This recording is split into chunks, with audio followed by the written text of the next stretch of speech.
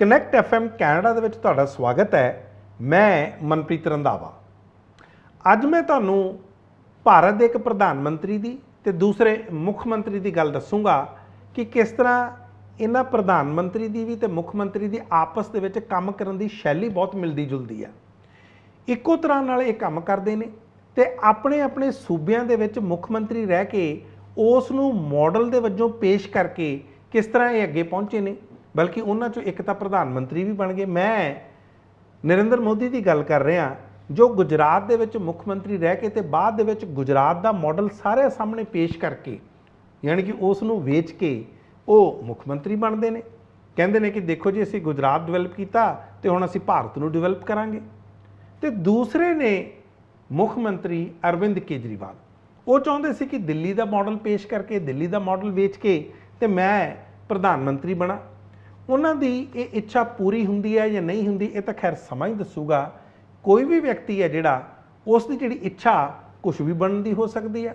ਮੈਨੂੰ ਯਾਦ ਹੈ ਜਦੋਂ ਅਸੀਂ ਸਕੂਲਸ ਦੇ ਵਿੱਚ ਹੁੰਦੇ ਸੀ ਤੇ ਜੇ ਇਹ ਪੁੱਛ ਲੈਂਦੇ ਸੀ ਟੀਚਰਸ ਕਿ ਤੁਸੀਂ ਵੱਡੇ ਹੋ ਕੇ ਕੀ ਬਣਨਾ, ਤੇ ਜੇ ਕੋਈ ਬੱਚਾ ਇਹ ਜਵਾਬ ਦੇ ਦਿੰਦਾ ਸੀ ਕਿ ਮੈਂ ਵੱਡੇ ਹੋ ਕੇ ਮੁੱਖ ਮੰਤਰੀ ਜਾਂ ਪ੍ਰਧਾਨ ਮੰਤਰੀ ਬਣਨਾ, ਤੇ ਉਸ ਦੀ ਬੜੀ ਸ਼ਲਾਘਾ ਹੁੰਦੀ ਸੀ, ਤਾੜੀਆਂ ਵੱਜਦੀਆਂ ਸੀ ਕਿ ਦੇਖੋ ਇਹਦਾ ਜਿਹੜਾ ਏਮ ਹੈ, ਇਹਦਾ ਆਬਜੈਕਟਿਵ ਕਿੰਨਾ ਉੱਚਾ। ਤੇ ਇਹੀ ਪ੍ਰਧਾਨ ਮੰਤਰੀ ਤੇ ਮੁੱਖ ਮੰਤਰੀ, ਮੈਂ ਕੇਜਰੀਵਾਲ ਤੇ ਪ੍ਰਧਾਨ ਮੰਤਰੀ ਨਰਿੰਦਰ ਮੋਦੀ ਦੀ ਗੱਲ ਕਰ ਰਿਹਾ, ਇਹਨਾਂ ਦੀ ਜੇ ਤੁਸੀਂ ਦੇਖੋ ਸ਼ੈਲੀ ਕੰਮ ਕਰਨ ਦੀ, ਉਹ ਵੀ ਲਗਭਗ ਇੱਕੋ ਜਿਹੀ ਆ। ਜੇ ਨਰਿੰਦਰ ਮੋਦੀ ਨੂੰ ਆਪਣੀ ਪਾਰਟੀ ਦੇ ਵਿੱਚ ਤਾਨਾਸ਼ਾਹ ਮੰਨਿਆ ਜਾਂਦਾ, ਕੋਈ ਉਹਨਾਂ ਦੇ ਅੱਗੇ ਬੋਲਦਾ ਨਹੀਂ, ਕੋਈ ਉਹਨਾਂ ਦੀ ਗੱਲ ਨਹੀਂ ਮੋੜਦਾ, ਤੇ ਇਸੇ ਤਰ੍ਹਾਂ ਅਰਵਿੰਦ ਕੇਜਰੀਵਾਲ ਨੂੰ ਵੀ ਮੰਨਿਆ ਜਾਂਦਾ ਕਿ ਜੋ ਕੁਛ ਉਹ ਕਹਿ ਦਿੰਦੇ ਨੇ ਤੇ ਫਿਰ ਸਾਰੀ ਪਾਰਟੀ ਨੂੰ ਉਸੇ ਤਰ੍ਹਾਂ ਮੰਨਣਾ ਪੈਂਦਾ। ਤੇ ਦੂਸਰਾ ਤੁਸੀਂ ਦੇਖੋ, ਭਾਰਤੀ ਜਨਤਾ ਪਾਰਟੀ ਤਾਂ ਹਿੰਦੂਤਵ ਦੀ ਰਾਜਨੀਤੀ ਕਰਦੀ ਹੈ, ਉਹਨਾਂ ਨੇ ਤਾਂ ਬਿਲਕੁਲ ਕਿਹਾ, ਸਾਫ਼ ਆ, ਸਪਸ਼ਟ ਆ। ਪਰ ਇਸੇ ਚੀਜ਼ ਨੂੰ ਬਾਅਦ ਦੇ ਵਿੱਚ ਅਰਵਿੰਦ ਕੇਜਰੀਵਾਲ ਵੀ ਅਡਾਪਟ ਕਰ ਲੈਂਦੇ ਨੇ। ਸਨ 2020 ਦੀਆਂ ਦਿੱਲੀ ਦੀਆਂ ਚੋਣਾਂ ਹੁੰਦੀਆਂ ਨੇ, ਜਦੋਂ ਭਾਰਤੀ ਜਨਤਾ ਪਾਰਟੀ ਦੇ ਸਮਰਥਕ ਜੈ ਸ਼੍ਰੀ ਰਾਮ ਕਰਕੇ ਵੋਟਾਂ ਮੰਗ ਰਹੇ ਹੁੰਦੇ ਆ, ਨਾਅਰੇ ਲਾ ਕੇ, ਤੇ ਇਸੇ ਤਰ੍ਹਾਂ ਆਮ ਆਦਮੀ ਪਾਰਟੀ ਨੂੰ ਵੀ ਲੱਗਦਾ, ਉਹ ਹਨੂਮਾਨ ਚਾਲੀਸਾ ਪੜ੍ਹਨਾ ਸ਼ੁਰੂ ਕਰ ਦਿੰਦੇ ਨੇ। ਤੇ ਉਸ ਤੋਂ ਬਾਅਦ ਇਸੇ ਪਾਰਟੀ ਦੀ, ਆਮ ਆਦਮੀ ਪਾਰਟੀ ਦੀ ਜੋ ਮਾਈਨੋਰਿਟੀ ਕਮਿਊਨਿਟੀ ਤੋਂ ਇੱਕ ਦੂਰੀ ਬਣਦੀ ਆ, ਉਹ ਵੀ ਆਪਾਂ ਨੂੰ ਸਾਰਿਆਂ ਨੂੰ ਪਤਾ। ਪਰ ਜਿਹੜੀ ਗੱਲ ਮੈਂ ਤੁਹਾਡੇ ਨਾਲ ਅੱਜ ਕਰਨ ਜਾ ਰਿਹਾ ਉਹ ਇਹ ਆ ਕਿ ਇਸ ਟਾਈਮ ਇਹ ਦੋਨੇ ਅਰਵਿੰਦ ਕੇਜਰੀਵਾਲ ਤੇ ਨਰਿੰਦਰ ਮੋਦੀ, ਇਹਨਾਂ ਉੱਤੇ ਇਲਜ਼ਾਮ ਬੜੇ ਸੰਗੀਨ ਲੱਗੇ ਨੇ। ਅਰਵਿੰਦ ਕੇਜਰੀਵਾਲ ਜਿਹੜੇ ਕਹਿੰਦੇ ਹੁੰਦੇ ਸੀ ਕਿ ਮੇਰੇ ਤੋਂ ਤਾਂ ਵੱਧ ਕੋਈ ਇਮਾਨਦਾਰ ਨਹੀਂ ਹੈ, ਬਲਕਿ ਆਪਣੇ ਆਪ ਨੂੰ ਇੱਕ ਕੱਟੜ ਇਮਾਨਦਾਰ ਕਹਿੰਦੇ ਸੀ, ਹੁਣ ਉਹਨਾਂ ਤੇ ਜਾਂਚ ਸ਼ੁਰੂ ਹੋ ਗਈ ਆ। Controller auditor general of India, CAG ਜਿਹਨੂੰ ਆਪਾਂ ਕਹਿ ਦਿੰਦੇ ਆ, ਉਹਨਾਂ ਨੇ ਉਹਨਾਂ ਦੇ ਬੰਗਲੇ ਦੀ, ਜਿਸ ਨੂੰ ਸ਼ੀਸ਼ ਮਹਿਲ ਵੀ ਕਹਿੰਦੇ ਆ, ਉਸ ਦੀ ਜਾਂਚ ਸ਼ੁਰੂ ਕਰਤੀ ਆ ਕਿ ਇੰਨਾ 50 ਕਰੋੜ ਤੋਂ ਵੀ ਵੱਧ ਉਸ 'ਤੇ ਪੈਸਾ ਲਾ ਦਿੱਤਾ, ਇਹ ਕਿਉਂ ਲਾਇਆ ਗਿਆ, ਕਿਹੜੀਆਂ ਕਿਹੜੀਆਂ ਬੇਨਿਯਮੀਆਂ ਕੀਤੀਆਂ, ਇਸ ਉੱਤੇ ਉਹਨਾਂ ਨੇ ਆਪਣੀ ਜਾਂਚ ਜਾਂ ਇਸ ਦੀ ਪ੍ਰੋਬ ਜਾਂ ਤਫਤੀਸ਼ ਸ਼ੁਰੂ ਕਰਤੀ ਆ। ਦੂਸਰੇ ਪਾਸੇ ਪ੍ਰਧਾਨ ਮੰਤਰੀ ਨਰਿੰਦਰ ਮੋਦੀ ਹੁਣੇ ਅਮਰੀਕਾ ਦਾ ਦੌਰਾ ਕਰਕੇ ਆਏ ਆ। ਉੱਥੇ ਉਹਨਾਂ ਨੇ ਇੱਕ ਡੀਲ ਕੀਤੀ ਆ, ਇੱਕ ਰੱਖਿਆ ਸੌਦਾ ਕੀਤਾ ਪ੍ਰੀਡੇਟਰ ਡਰੋਨਸ ਦਾ। ਡਰੋਨਸ ਤੁਸੀਂ ਅਕਸਰ ਸਾਰਿਆਂ ਨੇ ਦੇਖੀਆਂ ਹੋਣੀਆਂ, ਵਿਆਹ ਸ਼ਾਦੀਆਂ ਦੇ ਵਿੱਚ ਵੀ ਇਹਨਾਂ ਡਰੋਨਸ ਦਾ ਫੋਟੋਗ੍ਰਾਫੀ ਲਈ ਇਸਤੇਮਾਲ ਕੀਤਾ ਜਾਂਦਾ, ਤਸਵੀਰਾਂ ਖਿੱਚਣ ਲਈ, ਪਰ ਉਹ ਬਹੁਤ ਛੋਟੇ ਪੱਧਰ ਦੀਆਂ ਹੁੰਦੀਆਂ। ਇਹ ਜਿਹੜੀਆਂ ਡਰੋਨਸ ਨੇ ਇਹ ਕਾਫੀ ਹਾਈ ਆਲਟੀਟਿਊਡ ਤੇ ਲਗਭਗ 50,000 ਫਿਟ ਤੱਕ ਇਹ ਉੱਡ ਸਕਦੀਆਂ ਨੇ, ਔਰ ਕਿਉਂਕਿ ਇਹ ਅਨਮੈਨਡ ਹੁੰਦੀਆਂ ਔਰ ਇਸ ਨੂੰ ਰਿਮੋਟਲੀ ਕੰਟਰੋਲ ਕੀਤਾ ਜਾਂਦਾ, ਤੇ ਡਿਫੈਂਸ ਵਿਭਾਗ ਆ ਜਿਹੜਾ, ਰੱਖਿਆ ਮੰਤਰਾਲਿਆ, ਉਹ ਇਸ ਨੂੰ ਇੱਕ ਤਰ੍ਹਾਂ ਨਾਲ ਸਰਵੀਲੈਂਸ ਲਈ, ਤਾਂ ਕਿ ਦੁਸ਼ਮਣ ਤੇ ਨਜ਼ਰ ਰੱਖ ਸਕੇ ਜਾਂ ਉਸ ਦੀ ਸਰਵੀਲੈਂਸ ਹੋ ਸਕੇ, ਜਾਂ ਕੋਈ ਐਂਟੀ ਨੈਸ਼ਨਲ ਐਲੀਮੈਂਟਸ ਨੇ ਉਹਨਾਂ ਉੱਤੇ ਨਜ਼ਰ ਰੱਖੀ ਜਾ ਸਕੇ, ਉਹਨਾਂ ਲਈ ਇਹ ਵਰਤੀਆਂ ਜਾਂਦੀਆਂ ਨੇ। ਪਰ ਹੁਣ ਇਹਨਾਂ ਤੇ ਨਰਿੰਦਰ ਮੋਦੀ ਤੇ ਇਹ ਇਲਜ਼ਾਮ ਲੱਗੇ ਨੇ ਕਿ ਇਹਨਾਂ ਨੇ ਇਹ ਜਿਹੜਾ ਰੱਖਿਆ ਸੌਦਾ ਕੀਤਾ ਇਹ ਬਹੁਤ ਮਹਿੰਗਾ, ਬਲਕਿ ਜਿਹੜੇ ਬਾਕੀ ਮੁਲਕਾਂ ਨੇ ਇਹ ਡਰੋਨਸ ਅਮਰੀਕਾ ਤੋਂ ਖਰੀਦੀਆਂ ਨੇ ਉਹ ਘੱਟੋ ਘੱਟ 4 ਗੁਣਾ ਸਸਤੀਆਂ ਨੇ, ਤੇ ਭਾਰਤ ਨੇ ਉਹ ਮਹਿੰਗੀਆਂ ਖਰੀਦ ਲਈਆਂ। ਇਸ ਉੱਤੇ ਸਵਾਲ ਬਹੁਤ ਖੜੇ ਹੋਏ ਗਏ ਨੇ, ਇਸ ਉੱਤੇ ਵੀ ਆਪਾਂ ਡਿਟੇਲ ਦੇ ਨਾਲ ਗੱਲ ਕਰਾਂਗੇ। ਦਿੱਲੀ ਦਾ ਇੱਕ ਏਰੀਆ ਸਿਵਲ ਲਾਈਨਸ ਏਰੀਆ, ਔਰ ਇੱਥੇ 6 ਫਲੈਗ ਸਟਾਫ ਰੋਡ ਆ। ਇਹ 6 ਫਲੈਗ ਸਟਾਫ ਰੋਡ ਦੇ ਵਿੱਚ ਅਰਵਿੰਦ ਕੇਜਰੀਵਾਲ ਰਹਿੰਦੇ ਆ। ਇਸ ਨੂੰ ਵੈਸੇ ਰਾਜ ਨਿਵਾਸ ਵੀ ਕਹਿ ਦਿੰਦੇ ਆ। ਇੱਥੇ ਅਰਵਿੰਦ ਕੇਜਰੀਵਾਲ ਨੇ ਜਾਣ ਤੋਂ ਪਹਿਲਾਂ ਇਸ ਘਰ ਦੀ ਪੂਰੀ ਮੁਰੰਮਤ ਕਰਵਾਈ, ਜਿਹਨੂੰ ਅਸੀਂ ਰੈਨੋਵੇਸ਼ਨ ਕਹਿੰਦੇ ਆ। ਔਰ ਉਸ ਉੱਤੇ ਜੋ ਹੁਣ ਦੀਆਂ ਖਬਰਾਂ ਆ ਰਹੀਆਂ ਨੇ 52 ਕਰੋੜ 71 ਲੱਖ 24 ਹਜ਼ਾਰ ਤੇ 570 ਰੁਪਏ ਖਰਚ ਕਰ ਦਿੱਤੇ। ਔਰ ਇਸ ਨੂੰ ਲੈ ਕੇ ਹੁਣ ਯੂਨੀਅਨ ਹੋਮ ਮਿਨਿਸਟਰੀ, ਭਾਰਤ ਦੇ ਗ੍ਰਹਿ ਮੰਤਰਾਲੇ ਨੇ ਇਸ ਉੱਤੇ ਇੱਕ ਇਨਕੁਆਇਰੀ ਆਰਡਰ ਕਰਤੀ ਹੈ। ਬਲਕਿ ਉਹਨਾਂ ਨੇ controller auditor general of India ਨੂੰ ਇਹ ਕਹਿਤਾ ਔਰ ਉਹਨਾਂ ਨੂੰ ਇੱਕ ਤਰ੍ਹਾਂ ਦੀ ਡਾਇਰੈਕਸ਼ਨ ਦੇ ਦਿੱਤੀ ਆ ਕਿ ਉਹ ਇਸ ਦੀ ਇਨਕੁਆਇਰੀ ਕਰਕੇ ਦੱਸਣ ਕਿ ਇਹਦੇ ਵਿੱਚ ਕਿੰਨੀਆਂ ਕੁ ਬੇਨਿਯਮੀਆਂ ਹੋਈਆਂ ਨੇ, ਕਿੰਨੀਆਂ ਕੁ ਇਰੈਗੂਲੈਰਿਟੀਜ਼ ਹੋਈਆਂ, ਪੈਸੇ ਦਾ ਗਲਤ ਇਸਤੇਮਾਲ ਕਿੰਨਾ ਕੁ ਹੋਇਆ। ਹੁਣ ਤੁਸੀਂ ਦੇਖੋ, ਜਦੋਂ ਅਸੀਂ ਇੱਕ ਕੱਟੜ ਇਮਾਨਦਾਰ ਵਿਅਕਤੀ ਦੀ ਗੱਲ ਕਰਦੇ ਹਾਂ ਅਰਵਿੰਦ ਕੇਜਰੀਵਾਲ ਦੀ, ਮੈਂ ਤੁਹਾਨੂੰ ਉਦੋਂ ਵੀ ਪਹਿਲਾਂ ਵੀ ਦੱਸਿਆ ਸੀ ਕਿ ਪਿਛਲੇ ਇੱਕ ਦਹਾਕੇ ਤੋਂ ਭਾਰਤ ਦੀ ਸਿਆਸਤ ਤੇ ਉੱਭਰੇ ਨੇ ਔਰ ਇੰਨੀ ਜਲਦੀ ਇਹਨਾਂ ਤੇ ਇਸ ਤਰ੍ਹਾਂ ਦੇ ਗੰਭੀਰ ਇਲਜ਼ਾਮ ਲੱਗ ਜਾਣਾ ਆਪਣੇ ਆਪ ਦੇ ਵਿੱਚ ਬੜੇ ਸਵਾਲ ਖੜੇ ਹੁੰਦੇ ਨੇ। ਜਦੋਂ ਇਸ ਬੰਗਲੇ 'ਚ ਜਾਣ ਤੋਂ ਪਹਿਲਾਂ ਇਹਨਾਂ ਨੇ ਇਹ ਰੈਨੋਵੇਸ਼ਨ ਕਰਵਾਈ ਔਰ ਰੈਨੋਵੇਸ਼ਨ ਹੋਈ ਕਦੋਂ, ਇਹ ਆਪਣੇ ਆਪ ਦੇ ਵਿੱਚ ਬੜੀ ਅਜੀਬ ਗੱਲ ਆ ਕਿ ਜਦੋਂ ਭਾਰਤ ਦੇ ਵਿੱਚ ਕੋਵਿਡ-19 ਵਾਇਰਸ ਦਾ ਫੈਲਾਅ ਹੋਇਆ ਸੀ 9 ਸਤੰਬਰ ਸਨ 2020 ਤੋਂ ਲੈ ਕੇ ਜੂਨ ਦੇ ਮਹੀਨੇ ਸਨ 2020, ਜਦੋਂ ਪੂਰਾ ਪੀਕ ਤੇ ਸੀ, ਜਦੋਂ ਕਿ ਅਰਵਿੰਦ ਕੇਜਰੀਵਾਲ ਦਾ ਪੂਰਾ ਧਿਆਨ ਕੋਵਿਡ-19 ਵਾਇਰਸ ਨੂੰ ਨਜਿੱਠਣ ਲਈ ਹੋਣਾ ਚਾਹੀਦਾ ਸੀ। ਤੁਸੀਂ ਇਹ ਵੀ ਯਾਦ ਕਰੋ ਕਿ ਉਹਨਾਂ ਦਿਨਾਂ ਦੇ ਵਿੱਚ ਆਕਸੀਜਨ ਦੀ ਕਮੀ ਨੂੰ ਲੈ ਕੇ ਦਿੱਲੀ ਦੇ ਵਿੱਚ ਮਾਰੋ-ਮਾਰ ਹੋ ਰਹੀ ਸੀ।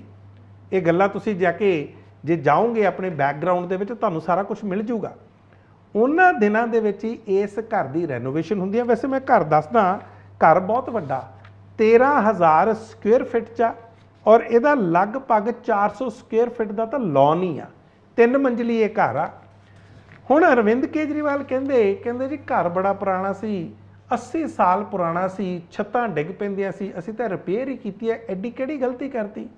ਬਿਲਕੁਲ ਤੁਹਾਡੀ ਗੱਲ ਠੀਕ ਹੈ। ਕਿਸੇ ਵੀ ਮੁੱਖ ਮੰਤਰੀ ਜਿਹੜਾ ਕਿ ਲੋਕਾਂ ਦਾ ਨੁਮਾਇੰਦਾ ਹੁੰਦਾ, ਉਹਨੂੰ ਕਿਸੇ ਟੁੱਟੇ ਫੁੱਟੇ ਘਰ 'ਚ ਰਹਿਣ ਦਾ ਕੋਈ ਹੱਕ ਨਹੀਂ, ਰਹਿਣਾ ਵੀ ਨਹੀਂ ਚਾਹੀਦਾ, ਕਿਉਂਕਿ ਉਹਨਾਂ ਦੀ ਹਮੇਸ਼ਾ ਹੀ ਜਾਨ ਨੂੰ ਖਤਰਾ ਬਣਿਆ ਰਹੇਗਾ। ਇਕੱਲੇ ਉਹਨਾਂ ਨੂੰ ਬਲਕਿ ਉਹਨਾਂ ਦੇ ਪੂਰੇ ਪਰਿਵਾਰ ਦਾ ਖਤਰਾ ਬਣਿਆ ਰਹੇਗਾ। ਕਿਸ ਤਰ੍ਹਾਂ ਕਿਹਾ ਗਿਆ ਕਿ ਸਾਡੇ ਪੇਰੈਂਟਸ ਦੀ ਛੱਤ ਥੱਲੇ ਡਿੱਗ ਪੈਣ ਲੱਗੀ ਸੀ, ਫਿਰ ਮੇਰੀ ਛੱਤ ਡਿੱਗ ਪੈਣ ਲੱਗੀ ਸੀ, ਫਿਰ ਮੇਰੇ ਉਹ ਇੱਕੋ ਵਾਰ ਸਾਰੀਆਂ ਛੱਤਾਂ ਥੱਲੇ ਆ ਗਈਆਂ। 1942 ਦੀ ਜਦੋਂ ਇਹ ਗੱਲ ਕਰਦੇ ਕੋਠੀ ਦੀ, ਜਿਹੜੇ ਘਰਾਂ ਦੇ ਵਿੱਚ ਮੈਂ ਵੀ ਰਿਹਾ as member of parliament twice, ਉਹ ਸਾਰੀਆਂ 1930 ਦੀਆਂ ਬਣੀਆਂ। ਰਾਸ਼ਟਰਪਤੀ ਭਵਨ 1930 ਦਾ ਬਣਿਆ। ਕਿਹੜੀ ਛੱਤ ਹੈ ਜਿਹੜੀ ਰਾਸ਼ਟਰਪਤੀ ਭਵਨ ਦੀ ਡਿੱਗ ਪਈ ਜੀ? ਤੇ ਜੇ ਰਿਪੇਅਰ ਹੀ ਕਰਾਣੀ ਹੋਏ 2-4 ਲੱਖ ਰੁਪਏ 'ਚ, 5 ਲੱਖ ਰੁਪਏ 'ਚ, 10 ਲੱਖ ਰੁਪਏ 'ਚ, 15 ਲੱਖ ਰੁਪਏ 'ਚ ਰਿਪੇਅਰ ਹੋ ਜਾਂਦੀ। ਤੁਹਾਨੂੰ ਇਹਨਾਂ ਦਾ ਮਾਈਂਡਸੈਟ ਦੱਸ ਦੇ। ਪਰ ਕੀ ਰਿਪੇਅਰ ਦਾ ਮਤਲਬ ਇਹ ਹੈ ਕਿ ਤੁਸੀਂ ਉਸ ਤੇ 52 ਕਰੋੜ ਤੋਂ ਵੀ ਵੱਧ ਰੁਪਈਆ ਖਰਚ ਦਿਓ? 52 ਕਰੋੜ 71 ਲੱਖ, ਲਗਭਗ 53 ਕਰੋੜ। ਹੁਣ ਤੁਸੀਂ ਦੇਖੋ, originally PWD ਜਿਹੜਾ ਦਿੱਲੀ ਦਾ ਪਬਲਿਕ ਵਰਕਸ ਡਿਪਾਰਟਮੈਂਟ ਆ, originally ਜਦੋਂ ਉਹਨਾਂ ਨੇ ਪਲਾਨ ਬਣਾਇਆ ਸੀ ਕਿ ਇਹਨੂੰ ਰੈਨੋਵੇਟ ਕਰਨਾ, ਇਹਦਾ ਬਜਟ ਸੀ 15 ਕਰੋੜ ਤੋਂ ਲੈ ਕੇ 20 ਕਰੋੜ ਤੱਕ ਦਾ ਉਹਨਾਂ ਦਾ ਐਸਟੀਮੇਟ ਸੀ। ਪਰ ਇਸ ਤੇ ਖਰਚਾ, ਜਿਸ ਤਰ੍ਹਾਂ ਮੈਂ ਤੁਹਾਨੂੰ ਦੱਸ ਹੀ ਰਿਹਾ ਕਿ ਇੰਨਾ ਖਰਚਾ ਆ ਗਿਆ। ਜਦੋਂ ਇਹ ਸਾਰਾ ਕੁਝ ਹੋਇਆ ਤੇ ਇਹ ਉੱਥੋਂ ਦੇ ਚੀਫ ਸੈਕਟਰੀ ਨੇ ਦਿੱਲੀ ਦੇ ਨਰੇਸ਼ ਕੁਮਾਰ, ਹਾਲਾਂਕਿ ਅਮੂਮਨ ਜਾਂ ਜਿਹੜਾ ਸਿਧਾਂਤ ਕਹਿੰਦਾ ਇਸ ਚੀਫ ਸੈਕਟਰੀ ਨੂੰ ਤਾਂ ਅਰਵਿੰਦ ਕੇਜਰੀਵਾਲ, ਕਿਉਂਕਿ ਦਿੱਲੀ ਦੇ ਮੁੱਖ ਮੰਤਰੀ, ਉਹਨਾਂ ਨੂੰ ਹੀ ਰਿਪੋਰਟ ਕਰਨੀ ਚਾਹੀਦੀ ਹੈ। ਪਰ ਉਹਨਾਂ ਨੇ ਇੱਕ ਰਿਪੋਰਟ ਤਿਆਰ ਕੀਤੀ ਜਿਹਦੀ ਕਿ ਉਹਨਾਂ ਨੇ 27 ਅਪ੍ਰੈਲ ਨੂੰ ਤੇ ਉਸ ਤੋਂ ਬਾਅਦ 12 ਮਈ ਨੂੰ ਇਹ ਸਾਰਾ ਕੁਝ ਲਿਖ ਕੇ ਭੇਜਿਆ ਕਿ ਜਿੰਨਾ ਪੈਸਾ ਇਸ ਘਰ ਦੀ ਰਿਪੇਅਰ ਤੇ ਖਰਚਿਆ ਗਿਆ ਉਹ ਠੀਕ ਨਹੀਂ ਆ, ਇਹਦੇ ਵਿੱਚ ਬਹੁਤ ਸਾਰੀਆਂ ਇਰੈਗੂਲੈਰਿਟੀਜ਼ ਨੇ, ਬੇਨਿਯਮੀਆਂ ਨੇ, ਇਸ ਦੀ ਜਾਂਚ ਹੋਣੀ ਚਾਹੀਦੀ ਆ। ਉਹਨਾਂ ਨੇ ਇਹ ਚਿੱਠੀਆਂ ਲੈਫਟੀਨੈਂਟ ਗਵਰਨਰ, ਦਿੱਲੀ ਦੇ ਲੈਫਟੀਨੈਂਟ ਗਵਰਨਰ ਵਿਨੈ ਕੁਮਾਰ ਸਕਸੇਨਾ ਨੂੰ ਪਾਤੀਆਂ ਤੇ ਵਿਨੈ ਕੁਮਾਰ ਸਕਸੇਨਾ ਨੇ ਇਹ ਹੋਮ ਮਿਨਿਸਟਰੀ ਨੂੰ ਭੇਜਤੀਆਂ। ਉਸ ਤੋਂ ਬਾਅਦ ਹੀ ਇਹ ਸਾਰਾ ਮਸਲਾ ਉਸਿਆ ਤੇ ਬਾਅਦ ਦੇ ਵਿੱਚ ਤੁਹਾਨੂੰ ਪਤਾ ਹੀ ਆ ਕਿ ਕਿਸ ਤਰ੍ਹਾਂ ਇਸ ਮਸਲੇ ਨੂੰ ਮੀਡੀਆ ਨੇ ਵੀ ਚੱਕ ਲਿਆ। ਅੱਛਾ, ਤੁਸੀਂ ਇੱਕ ਚੀਜ਼ ਹੋਰ ਦੇਖੋ, ਇਹ ਤਾਂ ਠੀਕ ਹੈ ਕਿ ਰਿਪੇਅਰ ਦੀ ਗੱਲ ਤਾਂ ਇਹ ਕਹਿੰਦੇ ਆ, ਪਰ ਇੱਥੇ ਹੋਇਆ ਕੀ ਆ? ਇੱਥੋਂ ਪਤਾ ਲੱਗਦਾ ਕਿ ਇਸ ਨੂੰ ਸ਼ੀਸ਼ ਮਹਿਲ ਕਿਉਂ ਕਹਿੰਦੇ ਆ। 11.5 ਕਰੋੜ 11 ਕਰੋੜ 50 ਲੱਖ ਦੀ ਤਾਂ ਅੰਦਰ ਇੰਟੀਰੀਅਰ ਡੈਕੋਰੇਸ਼ਨ ਹੋਈ ਆ। 6 ਕਰੋੜ ਤੋਂ ਵੀ ਵੱਧ ਦਾ ਇੱਥੇ ਵੀਅਤਨਾਮ ਦਾ ਮਾਰਬਲ ਲੱਗਾ। ਇਸ ਤੋਂ ਬਾਅਦ ਕਿਚਨ ਅਪਲਾਈਐਂਸਿਸ ਜਾਂ ਜਿਹੜੀਆਂ ਇਲੈਕਟ੍ਰੀਕਲ ਫਿਟਿੰਗਸ ਆ 3-3 ਕਰੋੜ 6 ਕਰੋੜ ਰੁਪਈਆ ਇਹਨਾਂ ਤੇ ਲਾਤਾ। ਹੁਣ ਮੈਨੂੰ ਤੁਸੀਂ ਦੱਸੋ ਕਿਹੜੇ ਇਹਨਾਂ ਦੇ ਬਰਤਨ ਆ, ਭਾਂਡੇ ਆ, ਕਿਹੜੇ ਇਸ ਤਰ੍ਹਾਂ ਦੇ ਅਪਲਾਈਐਂਸਿਸ ਨੇ ਜਿਹੜੇ ਮਿਕਸਰ ਨੇ, ਜੂਸਰਸ ਨੇ, ਗ੍ਰਾਈਂਡਰਸ ਨੇ, ਅਗਰ ਕਿਚਨ ਦੇ ਵਿੱਚ ਹੋਣਗੇ ਉਹ 3-3 ਕਰੋੜ ਰੁਪਏ ਦੇ ਆਉਣਗੇ। ਇੰਨਾ ਹੀ ਨਹੀਂ, ਇੱਕ ਹੋਰ ਚੀਜ਼ ਵੀ ਸਾਹਮਣੇ ਆਈ ਆ, ਤੁਹਾਨੂੰ ਯਾਦ ਹੋਣਾ ਪਰਦੇ ਕਰਟਨਸ 1-1 ਕਰੋੜ ਦੇ, 6-6 ਲੱਖ ਦਾ, 10-10 ਲੱਖ ਦਾ ਇੱਕ ਪਰਦਾ ਆਉਣਾ। ਇਹ ਤਾਂ ਆਪਣੇ ਆਪ ਦੇ ਵਿੱਚ ਬਹੁਤ ਹੈਰਾਨ ਕਰਨ ਵਾਲੀ ਗੱਲ ਆ। 88 ਲੱਖ ਰੁਪਈਆ ਇਸ ਰਿਪੋਰਟ ਦੇ ਵਿੱਚ ਇਹ ਵੀ ਕਿਹਾ ਗਿਆ ਇਸ ਗੱਲ ਤੇ ਖਰਚਤਾ ਕਿ ਕਮਰਿਆਂ ਦੀ ਲਾਈਟ ਉਸ ਨੂੰ ਇਸ ਤਰ੍ਹਾਂ ਐਡਜਸਟ ਕੀਤਾ ਗਿਆ ਕਿ ਉਹ ਸਾਡੀ ਮੂਡ ਲਾਈਟਿੰਗ ਲੱਗੇ, ਜਾਣੀ ਜਿਸ ਤਰ੍ਹਾਂ ਦਾ ਤੁਹਾਡਾ ਮੂਡ ਆ ਉਸ ਤਰ੍ਹਾਂ ਦੀ ਲਾਈਟ ਹੋ ਜੇ, ਜੇ ਹਰੀ ਹੈ ਤਾਂ ਹਰੀ ਹੋ ਜੇ, ਜੇ ਤੁਹਾਡਾ ਮੂਡ ਥੋੜਾ ਜਿਹਾ ਹੋਰ ਵਧੀਆ ਤਾਂ ਸ਼ਾਇਦ ਰੈੱਡ ਹੋ ਜੇ ਜਾਂ ਗ੍ਰੀਨ ਹੋ ਜੇ। ਇਸ ਤਰ੍ਹਾਂ ਵੀ ਇਹਦੇ ਵਿੱਚ ਕੀਤਾ ਗਿਆ।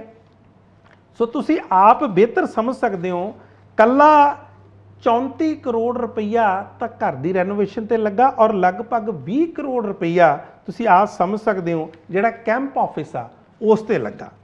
ਜਦੋਂ ਇਹ ਸਾਰਾ ਕੁਝ ਹੋਇਆ, ਇਹ ਆਪ ਵੈਸੇ ਜਿਹੜਾ ਪਰਿਵਾਰ ਆ ਅਰਵਿੰਦ ਕੇਜਰੀਵਾਲ ਦਾ, ਇਹ 3 ਮੰਜ਼ਲੀ ਮੈਂ ਤੁਹਾਨੂੰ ਘਰ ਦੱਸਿਆ, ਆਪ ਇਹ ਫਸਟ ਫਲੋਰ ਤੇ ਰਹਿੰਦਾ, ਥੱਲੇ ਵੱਡੇ ਵੱਡੇ ਕਾਨਫਰੰਸ ਹਾਲਸ ਆ, ਬੜਾ ਕੁਝ ਇੱਥੇ ਬਣਿਆ ਹੋਇਆ।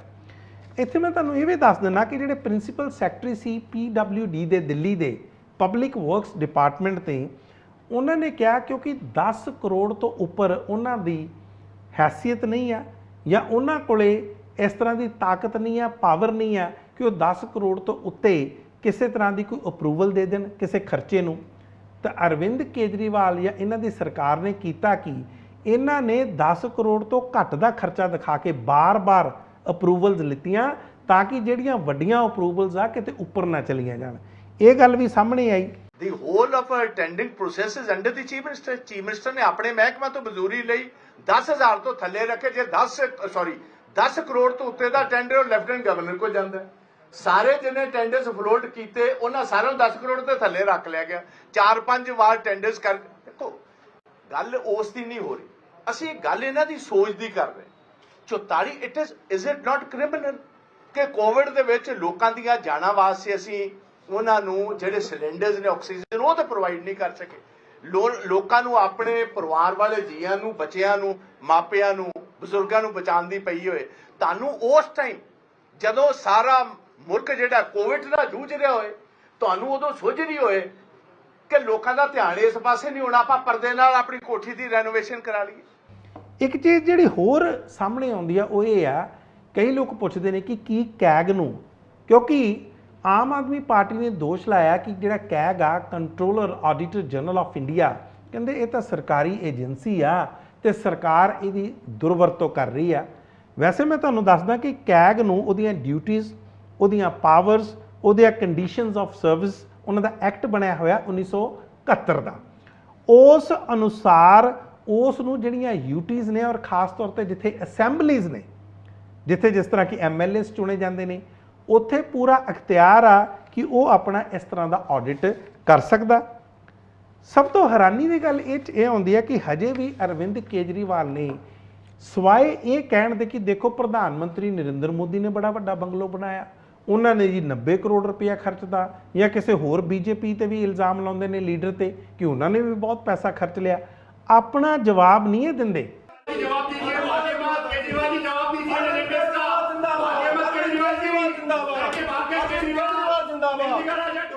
ਕਿ ਤੁਸੀਂ ਇੰਨਾ ਪੈਸਾ ਕਿਉਂ ਖਰਚਿਆ।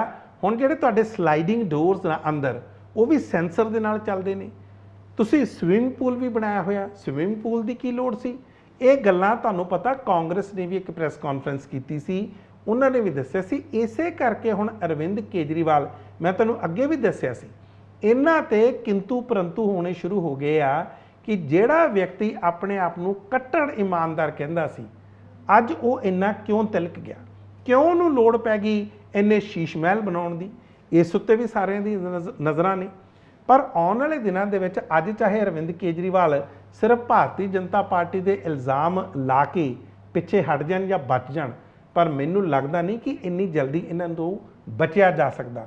ਆਉਣ ਵਾਲੇ ਦਿਨਾਂ ਦੇ ਵਿੱਚ ਇਹਨਾਂ ਨੂੰ ਇਹਨਾਂ ਸਾਰੇ ਇਲਜ਼ਾਮਾਂ ਤੇ, ਇਹਨਾਂ ਸਾਰੀਆਂ ਐਕੁਜ਼ੀਸ਼ਨਸ ਤੇ ਜਵਾਬ ਜ਼ਰੂਰ ਦੇਣਾ ਪਊਗਾ। ਅਜੇ ਤੇ ਤਾਂ ਹੀ ਮੈਨੂੰ ਵੱਡਾ ਮੋਦੀ ਕਿਉਂ ਕਿਹਾ ਕਿ ਅਜੇ ਇਹਦੇ ਕੋਲ ਤਾਕਤ ਲਿਮਿਟਡ ਸੀ। ਪਹਿਲੇ ਕੱਲਾ ਦਿੱਲੀ ਸੀ, ਪੁਲਿਸ ਇਹਦੇ ਕੋਲ ਨਹੀਂ ਸੀ, ਬਾਹਾਂ ਇਹਦੀਆਂ ਸੈਂਟਰ ਵਾਲਿਆਂ ਨੇ ਬੰਨੀਆਂ ਸੀ। ਇਹ ਆਜ਼ਾਦ ਪਹਿਲੀ ਵਾਰ ਪੰਜਾਬ ਦੇ ਵਿੱਚ ਫੁੱਲ ਫਲੈਸ਼ ਸਟੇਟ ਮਿਲੀ। ਪੰਜਾਬ ਨੂੰ ਇਹ ਬੇਰਹਿਮੀ ਨਾਲ ਲੁੱਟਣਗੇ। ਗੱਲ ਕਰਦੇ ਹਾਂ ਹੁਣ ਪ੍ਰਧਾਨ ਮੰਤਰੀ ਨਰਿੰਦਰ ਮੋਦੀ ਦੀ। ਨਰਿੰਦਰ ਮੋਦੀ ਹੁਣੇ ਆਪਣਾ ਅਮਰੀਕਾ ਦਾ ਤੇ ਇਜਿਪਟ ਦਾ ਦੌਰਾ ਕਰਕੇ ਵਾਪਸ ਆਏ ਆ, ਪਰ ਆਉਂਦੇ ਸਾਰ ਹੀ ਜਿਹੜੀ ਉਹ ਡਿਫੈਂਸ ਡੀਲ ਕਰਕੇ ਆਏ ਆ ਅਮਰੀਕਾ ਦੇ ਨਾਲ, ਖਾਸ ਤੌਰ ਤੇ ਜਿਸ ਨੂੰ ਪ੍ਰੀਡੇਟਰ ਡਰੋਨਸ ਕਿਹਾ ਜਾਂਦਾ। ਡਰੋਨਸ ਮੈਂ ਤੁਹਾਨੂੰ ਦੱਸ ਹੀ ਦਿੱਤਿਆਂ, ਜਿਸ ਨੂੰ ਭਾਰਤ ਦੇ ਰੱਖਿਆ ਮੰਤਰਾਲੇ ਨੇ ਜਾਂ ਰੱਖਿਆ ਵਿਭਾਗ ਨੇ, ਜਿਹਨੂੰ ਅਸੀਂ ਡਿਫੈਂਸ ਡਿਪਾਰਟਮੈਂਟ ਕਹਿ ਦਿੰਦੇ ਆ, ਔਰ ਇਹਦੇ ਵਿੱਚ ਖਾਸ ਤੌਰ ਤੇ ਇੰਡੀਅਨ 에ਅਰ ਫੋਰਸ ਨੇ ਇਹਨਾਂ ਡਰੋਨਸ ਨੂੰ ਸਰਵੇਲੈਂਸ ਲਈ ਵਰਤਣਾ, ਤਾਂ ਕਿ ਦੁਸ਼ਮਣ ਤੇ ਨਜ਼ਰ ਰੱਖੀ ਜਾ ਸਕੇ। ਜਿਹੜੇ ਐਂਟੀ ਨੈਸ਼ਨਲ ਐਲੀਮੈਂਟਸ ਨੇ ਜਾਂ ਇਸ ਤਰ੍ਹਾਂ ਦੇ ਕੁਝ ਜਿਹੜੇ ਮੁਲਕ ਦੇ ਖਿਲਾਫ ਕੰਮ ਕਰਦੇ ਨੇ, ਉਹਨਾਂ ਅਨਸਰਾਂ ਤੇ ਨਜ਼ਰ ਰੱਖੀ ਜਾ ਸਕੇ। ਹੁਣ ਹੋਇਆ ਕੀ, ਇਲਜ਼ਾਮ ਕੀ ਲੱਗ ਰਹੇ ਨੇ ਭਾਰਤ ਦੇ ਪ੍ਰਧਾਨ ਮੰਤਰੀ ਨਰਿੰਦਰ ਮੋਦੀ ਤੇ? ਕਹਿੰਦੇ $3 ਬਿਲੀਅਨ ਤੋਂ ਵੀ ਵੱਧ ਦੀ ਇਹ ਡੀਲ ਆ, ਤੇ ਜੇ ਇਹਦਾ ਭਾਰਤੀ ਪੈਸਿਆਂ ਦੇ ਵਿੱਚ ਜੇ ਇਹਦੀ ਆਪਾਂ ਵੈਲਿਊਏਸ਼ਨ ਰੱਖੀਏ ਤੇ ਇਹ 25,000 ਕਰੋੜ ਤੋਂ ਵੀ ਵੱਧ ਦੀ ਡੀਲ ਬਣਦੀ ਹੈ, ਬਲਕਿ 25,200 ਕਰੋੜ ਦੀ ਐਗਜ਼ੈਕਟ ਡੀਲ ਆ। ਔਰ ਇਹਦੇ ਵਿੱਚ ਤੁਸੀਂ ਦੇਖੋ ਇੱਕ ਡਰੋਨ ਭਾਰਤ ਨੂੰ ਲਗਭਗ 880 ਕਰੋੜ ਦੀ ਪਏਗੀ, 880 ਕਰੋੜ ਦੀ। ਹੁਣ ਇਸ ਨੂੰ ਲੈ ਕੇ ਸਵਾਲ ਇਹ ਖੜੇ ਹੋ ਰਹੇ ਨੇ ਕਿ ਜਦੋਂ ਇੰਡੀਅਨ 에ਅਰ ਫੋਰਸ ਨੇ ਕਿਹਾ ਸੀ, ਵੈਸੇ ਮੈਂ ਦੱਸਦਾ ਕਿ ਭਾਰਤ ਨੇ ਅਮਰੀਕਾ ਤੋਂ ਇਸ ਤਰ੍ਹਾਂ ਦੀਆਂ 31 ਡਰੋਨਸ ਮੰਗੀਆਂ ਨੇ। ਹੁਣ ਗੱਲ ਇੱਥੇ ਪੈਦਾ ਹੁੰਦੀ, ਇਹਦੇ ਵਿੱਚੋਂ 16 ਜਿਹੜੀਆਂ ਹੋਣਗੀਆਂ ਉਹਨਾਂ ਨੂੰ ਸਕਾਈ ਗਾਰਡੀਅਨਸ ਕਹਿੰਦੇ ਆ, ਤੇ ਇਹਨਾਂ ਚੋਂ ਜਿਹੜੀਆਂ 15 ਹੋਣਗੀਆਂ ਉਹ ਸੀ ਗਾਰਡੀਅਨਸ ਹੋਣਗੀਆਂ। ਸਕਾਈ ਦੇ ਵਿੱਚ ਯਾਨੀ ਕਿ ਹਵਾ ਦੇ ਵਿੱਚ, ਆਕਾਸ਼ ਦੇ ਵਿੱਚ ਨਜ਼ਰ ਰੱਖਣੀ, ਤੇ ਜਿਹੜੀ ਇੱਕ ਸਮੁੰਦਰੀ ਸਾਡੇ ਬਾਰਡਰਸ ਹੁੰਦੇ ਨੇ ਉੱਥੇ ਸਾਡੀ ਨਜ਼ਰ ਰੱਖਣੀ, ਉਹਨਾਂ ਲਈ ਇਹ ਮੰਗੀਆਂ ਜਾ ਰਹੀਆਂ ਸੀ। ਨਾਲ ਦੀ ਨਾਲ ਇਹ ਵੀ ਹੈ, ਇਹ ਵੀ ਮੈਂ ਦੱਸਦਾ ਕਿ ਇਹ ਕਾਫੀ ਹਾਈ ਆਲਟੀਟਿਊਡ, ਕਾਫੀ ਉੱਤੇ ਉਚਾਈ ਤੇ ਉੱਡਦੀਆਂ ਨੇ, ਲਗਭਗ 50,000 ਫੁੱਟ ਤੱਕ ਇਹ ਪਹੁੰਚ ਸਕਦੀਆਂ ਨੇ।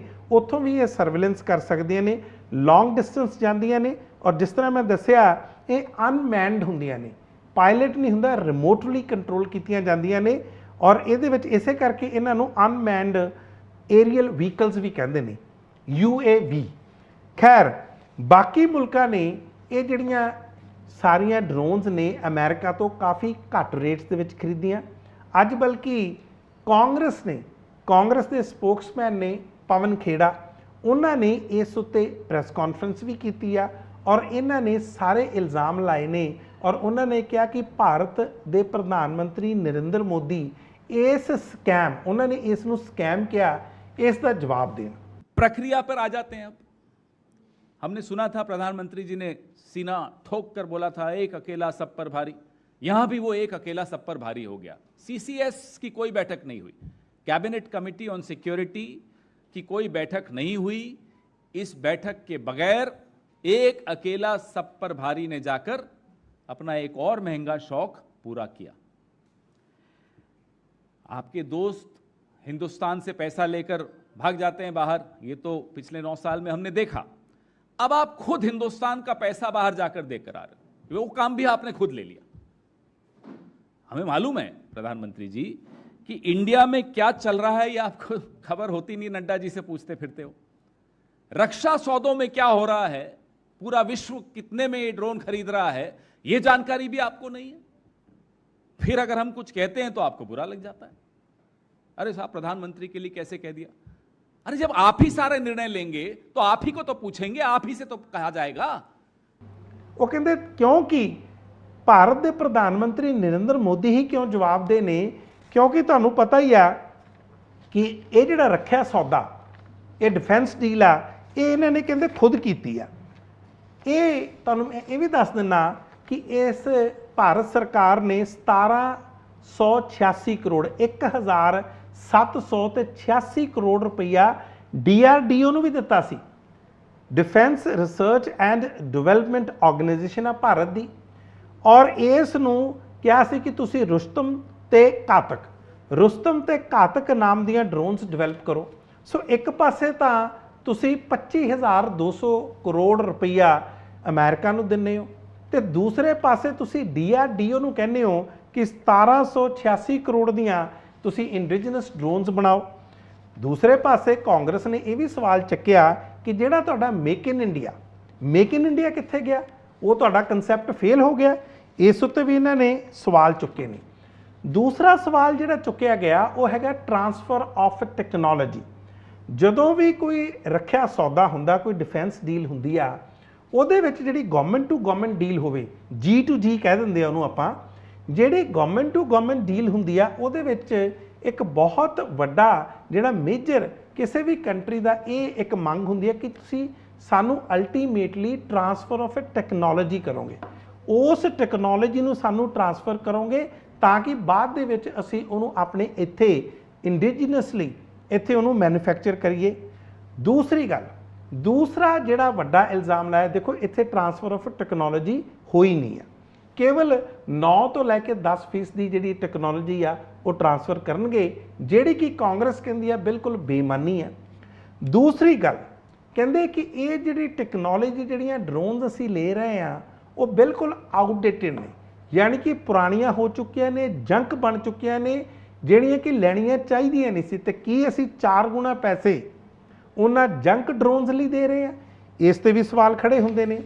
ਤੇ ਫਿਰ ਇੱਕ ਹੋਰ ਸਵਾਲ ਪੈਦਾ ਹੁੰਦਾ, ਉਹ ਹੈ ਤੁਹਾਨੂੰ ਪਤਾ ਹੀ ਹੈ ਕਿਸੇ ਵੀ ਰੱਖਿਆ ਮਾਮਲੇ ਦੇ ਵਿੱਚ ਇੱਕ ਕੈਬਨਿਟ ਹੁੰਦੀ ਹੈ, cabinet committee on security, CCS ਕਹਿ ਦਿੰਦੇ ਆ। CCS ਦੇ ਇਹ ਕਿਹਦੇ ਅਧੀਨ ਬਣਦੀ ਹੈ ਜਾਂ ਇਹਦੇ ਮੁਖੀ ਕੌਣ ਹੁੰਦੇ ਨੇ, ਜੇ ਚੇਅਰਮੈਨ ਕੌਣ ਹੁੰਦੇ ਨੇ? ਉਹ ਪ੍ਰਧਾਨ ਮੰਤਰੀ ਖੁਦ ਹੁੰਦੇ ਨੇ। ਕੋਈ ਵੀ ਜਿਹੜਾ ਪ੍ਰਧਾਨ ਮੰਤਰੀ ਹੋਏਗਾ ਉਹ ਕੈਬਨਿਟ ਕਮੇਟੀ ਔਨ ਸਿਕਿਉਰਿਟੀ ਉਹਨੂੰ ਚੇਅਰ ਕਰੇਗਾ। ਇਸ ਨੇ ਹਜੇ ਤੱਕ ਨਾ ਤਾਂ ਕੋਈ ਬੈਠਕ ਕੀਤੀ ਹੈ CCS ਨੇ, ਜਿਹਨੂੰ ਅਸੀਂ ਕੈਬਨਿਟ ਕਮੇਟੀ ਔਨ ਸਿਕਿਉਰਿਟੀ ਕਹਿੰਦੇ ਆ, ਤੇ ਨਾ ਹੀ ਇਹਨਾਂ ਨੇ ਕਿਸੇ ਤਰ੍ਹਾਂ ਦੀ ਕੋਈ ਹਰੀ ਝੰਡੀ ਦਿੱਤੀ ਆ। ਜਦੋਂ ਬੈਠਕ ਨਹੀਂ ਹੋਈ, ਕੋਈ ਹਰੀ ਝੰਡੀ ਨਹੀਂ ਹੋਈ, ਤੇ ਕਿਸ ਤਰ੍ਹਾਂ ਅਪਰੂਵ ਕਰ ਦਿੱਤੀਆਂ ਗਈਆਂ? ਇਸ ਉੱਤੇ ਵੀ ਸਵਾਲ ਖੜੇ ਹੁੰਦੇ ਨੇ। ਅਗਲਾ ਸਵਾਲ ਆ ਜਿਹੜਾ ਇੰਡੀਅਨ 에ਅਰ ਫੋਰਸ ਆ। ਇੰਡੀਅਨ 에ਅਰ ਫੋਰਸ ਨੇ ਇਹ ਡਰੋਨਸ ਦੀ ਮੰਗ ਕੀਤੀ ਸੀ, ਪਰ ਉਹਨਾਂ ਨੇ ਕਿਹਾ ਸੀ ਕੇਵਲ 18 ਚਾਹੀਦੀਆਂ। ਹੁਣ 31 ਜਿਹੜੀਆਂ 31 ਇਹ ਕਿਹਦੇ ਕਹਿਣ ਤੇ ਹੋ ਗਈਆਂ? ਤੇ ਜਦੋਂ ਕਿ ਸਾਨੂੰ ਇਹ ਡਰੋਨਸ ਇੰਨੀਆਂ ਮਹਿੰਗੀਆਂ ਮਿਲ ਰਹੀਆਂ ਨੇ, ਇਸ ਉੱਤੇ ਵੀ ਸਵਾਲ ਖੜੇ ਹੁੰਦੇ ਨੇ। ਤੇ ਫਿਰ ਤੁਸੀਂ ਯਾਦ ਕਰੋ, ਫਰਾਂਸ ਤੋਂ ਜਿਹੜੇ ਅਸੀਂ ਰਫੇਲ ਜੈਟਸ ਲੈਣੇ ਸੀ, ਉਹ ਜਿਹੜਾ ਜਹਾਜ਼ ਲੈਣੇ ਸੀ, ਲੜਾਕੂ ਜਹਾਜ਼, ਤੁਹਾਨੂੰ ਯਾਦ ਹੋਣਾ ਉਦੋਂ ਵੀ ਰੌਲਾ ਪਿਆ ਸੀ। ਜਦੋਂ ਇਸ ਤੋਂ ਪਹਿਲਾਂ UPA ਦੀ ਸਰਕਾਰ ਸੀ, ਉਹਨਾਂ ਨੇ 126 ਜਹਾਜ਼ ਲੈਣੇ ਸੀ, ਔਰ ਉਹ ਵੀ ਲੈਣੇ ਸੀ 500 ਤੋਂ ਲੈ ਕੇ 700 ਕਰੋੜ ਤੱਕ ਉਹਦੀ ਕੀਮਤ ਸੀ, ਜਿਹੜੀ ਕਿ ਬਾਅਦ ਦੇ ਵਿੱਚ ਜਦੋਂ ਭਾਰਤੀ ਜਨਤਾ ਪਾਰਟੀ ਦੀ ਸਰਕਾਰ ਆਉਂਦੀ ਹੈ ਤੇ ਉਹ ਡੀਲ ਬਦਲ ਦਿੰਦੀ ਹੈ। ਬਲਕਿ ਨਰਿੰਦਰ ਮੋਦੀ ਖੁਦ ਉਹ ਡੀਲ ਕਰਦੇ ਨੇ, ਪ੍ਰਾਈਮ ਮਿਨਿਸਟਰ ਆਫਿਸ ਕਰਦਾ।